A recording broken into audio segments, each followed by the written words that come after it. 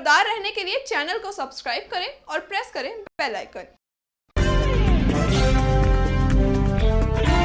नमस्कार, आप देख रहे हैं इंडिया टाइम 24 न्यूज में आपके साथ दीपक। आज के दिन वो साल था 1865, जब अविभाजित भारत के फरीदकोट में एक ओजस्वी बालक का जन्म हुआ, जो बाद में लाला लाजपत राय के नाम से प्रसिद्ध हुए, जिन्हें भारत के महान क्रांतिकारियों में गिना जाता है। आइए आपको सुनाते हैं महान क्रांतिकारी लाला लाजपत राय के शौर्य और साहस की दास्तां।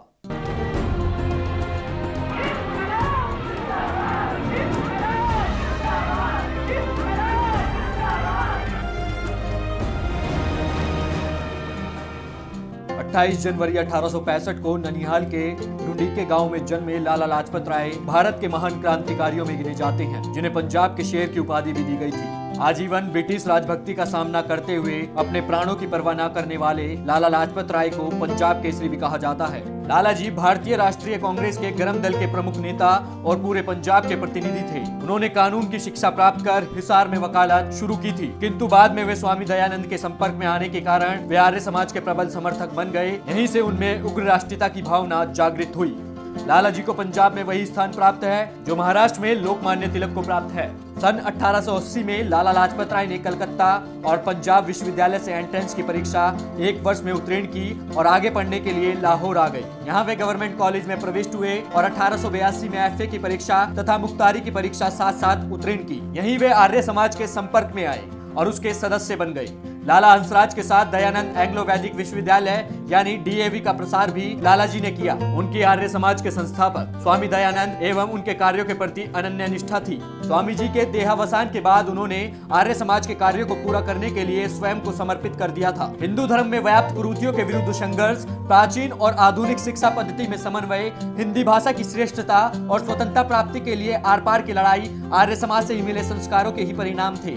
इटली के क्रांतिकारी ज्यूसेपे मैत्सिनी को लाला लाजपत राय अपना आदर्श मानते थे। किसी पुस्तक में उन्होंने जब मैत्सिनी का भाषण पढ़ा तो उससे इतना प्रभावित हुए कि उन्होंने मैत्सिनी की जीवनी पढ़नी चाहिए, लेकिन वे भारत में उपलब्ध नहीं थी, जिसके बाद उन्होंने उसे इंग्लैंड से मंगवाया। मैत्सिनी द्वारा लिखी गई अभूतपूर्व पुस्तक ड्यूटीज ऑफ मैन का लाला लाजपत राय ने उर्दू में अनुवाद किया। अभी लेंगे एक छोटा सा ब्रेक और ब्रेक के बाद आपको बताएंगे कि किस तरह से लाला लाजपत राय अपनी जान की परवाह किए बिना स्वाधीनता संग्राम में कूद पड़े। तिलक नगर में स्थित लालवानी साड़ीज एंड ज्वेलर्स, जहां आपको मिलेगा एक से एक डिजाइन व बेस्ट क्वालिटी के लहंगे, सूट और साड़ियों का शानदार कलेक्शन। वर्ष 1978 से अपने ग्राहकों की सेवा में उपलब्ध लालवानी साड़ीज एंड ज्वेलर्स का भव्य शोरूम। यहां आपको मिलेंगे hallmark gold jewellery and certified diamond jewellery. एक छत के नीचे एथनिक वियर एंड ज्वेलरी का सबसे विश्वसनीय शोरूम। ब्रेक के बाद आपका स्वागत है। आइए आपको बताते हैं कि महान क्रांतिकारी लाला लाजपत राय किस तरह से स्वाधीनता संग्राम में कूद पड़े।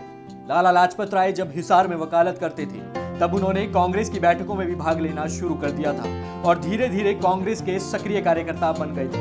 सन 1892 में वे लाहौर चले गए। उनके हृदय में राष्ट्रीयता की भावना भी बचपन से ही अंकुरित हो उठी थी। 1888 के कांग्रेस के प्रयाग सम्मेलन में वे मात्र 23 वर्ष की आयु में शामिल हुए थे। कांग्रेस के लाहौर अधिवेशन को सफल बनाने में लाला जी का ही हाथ था।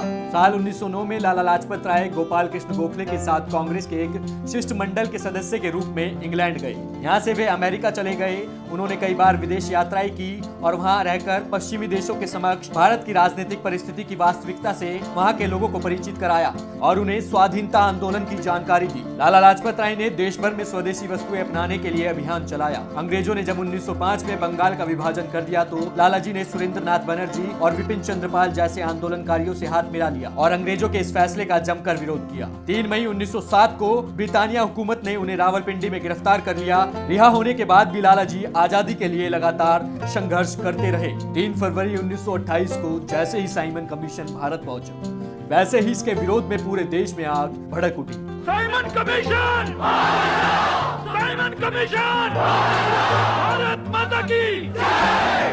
वंदे मातरम! लाहौर में 30 अक्टूबर 1928 को एक बड़ी घटना घटी जब लाला लाजपत राय के नेतृत्व में साइमन कमीशन का विरोध कर रहे युवाओं को बेरहमी से पीटा गया। पुलिस ने लाला लाजपत राय की छाती पर निर्ममता से लाठियां बरसाई, जिसमें वे बुरी तरह से घायल हो गए। इस समय उन्होंने अपने अंतिम भाषण में कहा था कि मेरे शरीर पर पड़ी एक एक चोट ब्रिटिश साम्राज्य के कफन की कील बनेगी और इस चोट ने कितने ही उधम सिंह और भगत सिंह तैयार कर दिए, जिनके प्रयत्नों से हमें आजादी मिली। इस घटना के 17 दिन बाद यानी 17 नवंबर 1928 को लाला जी ने आखिरी सांस ली और सदा के लिए अपनी आंखें मूंद ली। लाला जी की मृत्यु से सारा देश उत्तेजित हो उठा और चंद्रशेखर आजाद, भगत सिंह, राजगुरु, सुखदेव और अन्य क्रांतिकारियों ने लाला जी की मौत का बदला लेने का फैसला किया। इन जाबाज देशभक्तों ने लाला जी की मौत के ठीक एक महीने बाद अपनी प्रतिज्ञा पूरी कर ली और 17 दिसंबर 1928 को ब्रिटिश पुलिस अफसर सैंडर्स को गोली से उड़ा दिया। लाला जी की मौत के बदले सैंडर्स की हत्या के मामले में ही राजगुरु, सुखदेव और भगत सिंह को फांसी की सजा सुनाई गई। ऐसे महान क्रांतिकारी जो देश की आजादी के लिए अपनी आखिरी सांस तक अंग्रेजों से लोहा लेते रहे और देश की आजादी की खातिर शहीद हो गए। ऐसे महान क्रांतिकारी लाला लाजपत राय को इंडिया टाइम 24 न्यूज नमन करता है, सलाम करता है। फिलहाल के लिए इतना ही। देश और दुनिया की तमाम बड़ी खबरों के लिए देखते रहिए इंडिया टाइम 24 न्यूज। नमस्कार। खबरों से खबरदार रहने के लिए चैनल को सब्सक्राइब करें और प्रेस करें बेल आइकन।